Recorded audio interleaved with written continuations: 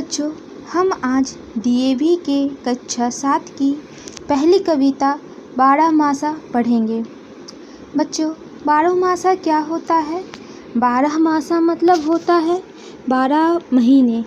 वैसे हम अंग्रेजी के 12 महीनों को अच्छे से जानते हैं, पर हम हिंदी के 12 महीने को नहीं जानते। इसलिए आज हम हिंदी के 12 महीनों को इस कविता बारहमासा के द्वारा पढ़ेंगे। आइए शुरू करते हैं कविता बारहमासा। बच्चों, कविता पढ़ने से पहले हम इस कविता के कवि का नाम जान लेते हैं। इस कविता को नारायण लाल परमार ने लिखी है। कवि इस कविता के माध्यम से बच्चों को हिंदी के 12 महीनों से परिचय कराना चाहते हैं। आज के दौर में बच्चे सिर्फ अंग्रेजी महीना को ही जानते हैं, वे हिंदी महीना को नहीं जानते। इसलिए कवि ने अपने इस कविता बारहमासा के द्वारा बच्चों को हिंदी के 12 महीने का परिचय दिया है। चलिए शुरू करते हैं आज की कविता। चैत महीने का प्यारा सुंदर रूप अनूप है, गर्म हवा चलने लगती खट्टी मीठी सी धूप है। मतलब चैत महीने से साल की शुरुआत होती है, जिसका रूप बहुत ही सुंदर होता है। इस महीने में गर्म हवा चलने लगती है। मतलब चैत महीना मार्च माह के बीच में आता है, और मार्च का महीना ना तो गर्मी का होता है और ना ठंड का होता है।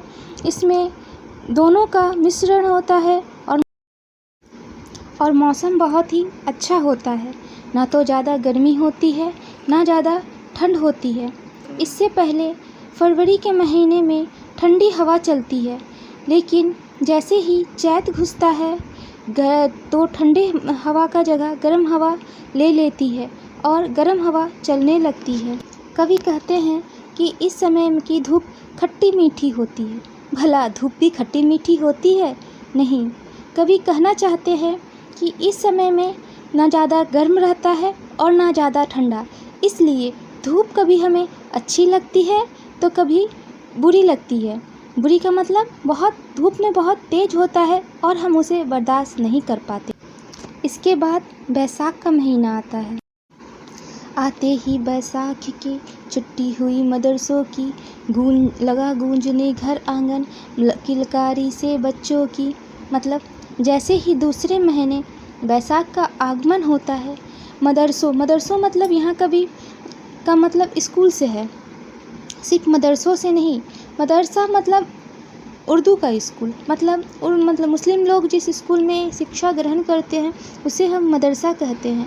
इस महीने में स्कूल में छुट्टियां हो जाती है और बच्चे जो स्कूल में व्यस्त रहते थे, अब वे स्कूल नहीं जाते और पूरा दिन घर आंगन में खेलते रहते हैं, जिससे कि उनकी आवाज़ से, मतलब खेलने कूदने की आवाज़ को हम किलकारियाँ कहते हैं। उनके किलकारियों से पूरा घर गूंज उठता है। इसके बाद कोई लगातार हार रहा लेकिन कोई जीत रहा, तरह तरह के खेलों में जेठ महीना बीत रहा। मतलब इसके बाद जेठ का महीना आता है। इस पूरे महीने बैसाख से लेके जेठ तक बच्चों की छुट्टियां रहती हैं, जिसमें बच्चे अपना पूरा दिन खेल कूद में बिताते हैं। इसी खेल कूद में कभी कोई बच्चा हारता है तो कोई बच्चा जीतता है। काले काले बादल भी नभ में चले दहाड़ के, आंधी इतराने लगते ही आषाढ़ के। इसके बाद आषाढ़ का महीना आता है। आषाढ़ के महीने में क्या होता है? चारों तरफ सिर्फ बादल ही बादल दिखते हैं। पूरा आकाश बादल से घिर उठता है और नभ में बादल जो एक दूसरे से टकराकर गरजने लगते हैं। यहाँ कभी गरजना को दहाड़ना कहा है, क्योंकि उसकी आवाज़ से सब डर जाते हैं, जैसे कि शेर की आवाज़ से हम डर जाते हैं। आंधी इतरा के चलने लगती है। इतरा के मतलब जैसे लोग घमंड से इधर उधर मचलते हैं, उसी तरह आंधी की तेज़ हवाएं भी इतरा के इधर उधर चलने लगती है। मतलब आषाढ़ का महीना बादलों और आंधियों का होता है। इस महीने में तेज आंधियाँ चलती हैं और बादल गरज के वर्षा कराते हैं। इसके बाद सावन की शोभा न्यारी, हरियाली की ठाठ है, नदी सरोवर छलक रहे हैं, डूबा हुआ सा सब घाट है। मतलब सावन का महीना बारिश का होता है। इस पूरे महीने में तेज वर्षा होती है और चारों तरफ हरियाली ही हरियाली होती है। ठाठ उनका होता है जिनका राज होता है। मतलब इस महीने में चारों तरफ सिर्फ और सिर्फ हमें हरियाली ही देखने मिलती है और नदियों का पानी इतना भर जाता है कि वो ऊपर आ जाता है। मतलब वो छलकने लगता है, जैसे कि गिलास भर के पानी छलक गिरने लगता है, उसी तरह नदी भी पूरी तरह से भर जाती है और पानी बाहर की तरफ निकलने लगता है। डूब गए सब घाट है। मतलब नदी का जितने भी घाट है वो सारे डूब जाते हैं। पता न चलता तारों का, जाने कहाँ गया मयंक है, झांक नहीं पाता सूरज, भादों का आतंक है। सावन के बाद भादों का महीना आता है जिसमें बादल, आकाश में इतना बादल होता है कि तारे तो छोड़ो, मयंक यहाँ चांद, मयंक का मतलब चांद होता है। मतलब बादलों के कारण चांद भी नहीं दिख रहा। मतलब पूरा आकाश बादल से घिरा हुआ है। इतना काला अंधेरा है कि सूरज भी नहीं दिखता, कहीं भी नहीं कुछ रहता, चारों तरफ आतंक ही मतलब बादल ही बादल रहते हैं। इसके बाद भैया क्वार महीने में निर्मल होती जलधारा, मौसम कर देता सारी हंसी खुशी का बंटवारा। मतलब जैसे ही आश्विन महीना आता है जल क्या हो जाता है, निर्मल हो जाता है। निर्मल मतलब साफ, कि जैसे हम लोग देखे थे कि भादो महीना में कैसा था, पानी इतना गंदा हो गया था। क्योंकि पानी, नदी का पानी बाहर आके पूरा कीचड़ से मिलकर और पूरा पानी गंदा हो गया था। पर इस महीने में क्या होता है, नदी धीरे धीरे अपने स्थान पे जाती है और पानी के नीचे गंदा बैठते जाता है और पानी पूरा साफ़ सुथरा हो जाता है। मौसम भी, जो पिछले महीने में मौसम पूरा ख़राब था, चारों तरफ बादल छाए हुए थे, वो इस महीने में छट जाते हैं और मौसम भी पूरा खुशहाल हो जाता है, जिससे कि चारों तरफ का माहौल हंसी खुशी से खिल उठता है। कार्तिक महीने में जाड़ा आता, सात पटाखे फुलझड़ियाँ, फबती सबके चेहरे पे मुस्कानों की मधुलड़ियाँ। मतलब क्वार के बाद कार्तिक का महीना आता है और फुलझड़ियों और पटाखों से तो आप समझ ही गए होंगे कि ये महीना दीपावली का है।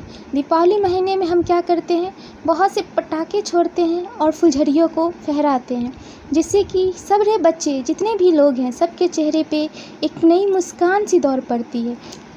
अगहन नाच नचा देता, बर्फ सरीखा है पानी, चलो नहा लो माँ कहती, नहीं चलेगी मनमानी। मतलब अगहन का महीना आते ही सब कुछ ठंडा हो जाता है, पानी तो बिल्कुल बर्फ़ में ही बदल जाता है। सरीखा मतलब तरह का, मतलब बर्फ़ के तरह का ही पानी हो गया है, इतना ठंडा हो गया है कि छूने का मन नहीं करता। और हम लोग नहाना तो बिल्कुल भी नहीं चाहते, बच्चे तो एकदम नहाते ही नहीं है। माँ कितना भी उसे कह ले कि नहा लो नहा लो नहा लो, लेकिन बच्चे नहाना नहीं चाहते।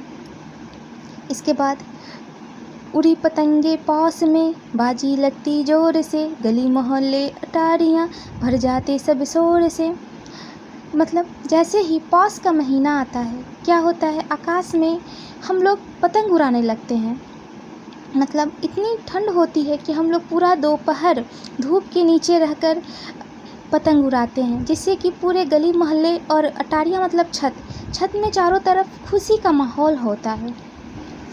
माघ महीना भर देता, मन में नई उमंग है, कहीं मंजीरे झांझ कहीं बजता कहीं मृदंग है।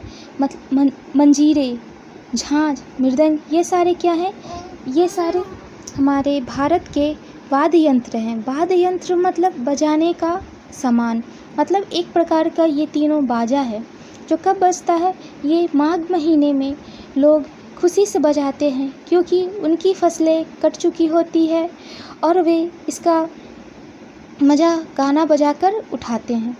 लो वह आ पहुँचा फागुन, रस की उड़ी फुहार है, रंगों के कारण लगता यह जीवन त्योहार है, यह जीवन त्योहार है। फागुन महीना। फागुन महीना में क्या होती है? फागुन महीना होली का महीना होता है और होली तो सारे बच्चों को बहुत प्यारी लगती है।